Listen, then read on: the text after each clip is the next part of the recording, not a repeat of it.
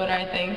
And it was just a really fun way for me, I think, to like kind of express my personality at first. I wasn't sure what it was going to be like, and then I got really, really into it, you know, and then, you know, the interaction with fans.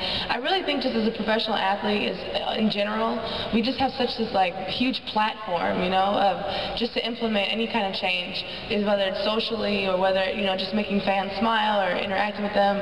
I just think our platform is huge, and Twitter kind of really represents that. So. I'm the manager of interactive services with the Minnesota Timberwolves and Minnesota Lynx. Basically, I'm in charge of the websites for both teams, and I do the social media for the Timberwolves. Twitter and Facebook, a couple years ago, I just kind of almost fell into, I got on Facebook to keep in touch with friends from back home in Michigan, and then I kind of brought this up to my boss.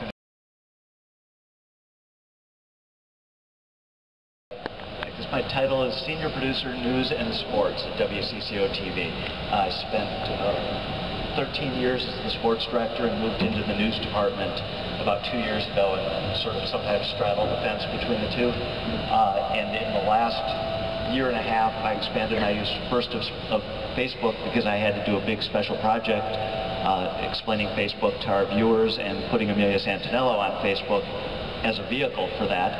And then that sort of spurred my interest in social media and in Twitter along the way, and I've used that to expand my personal and professional network in a way. Particularly, a lot of you know me and know that I use it for crowdsourcing all the time, and I use that in two ways. One is so that I can access information, access interviews from people. Also, I do an awful lot of looking to see what the people that I'm following are talking about. It helps me almost instantly get the buzz.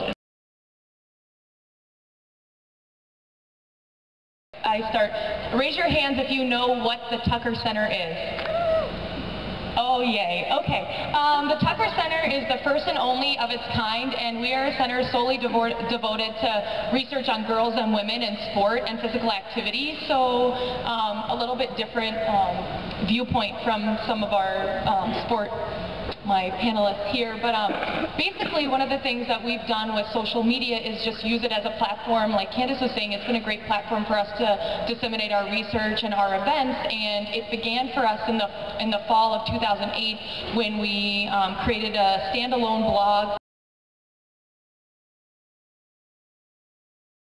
Matt Teskey with the St. Paul Saints. I began with the Saints in 2002, so I'm heading in the midst of my 8th season there. And we began on Facebook a little earlier than Twitter.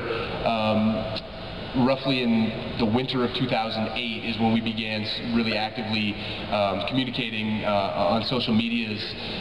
Our goal has always been to make sure that in any way that we're reaching out, that we're unique from the other teams in this market, and make sure that the experiences that you get when you come to a Saints game, you feel when you're following us on Twitter or on our Facebook.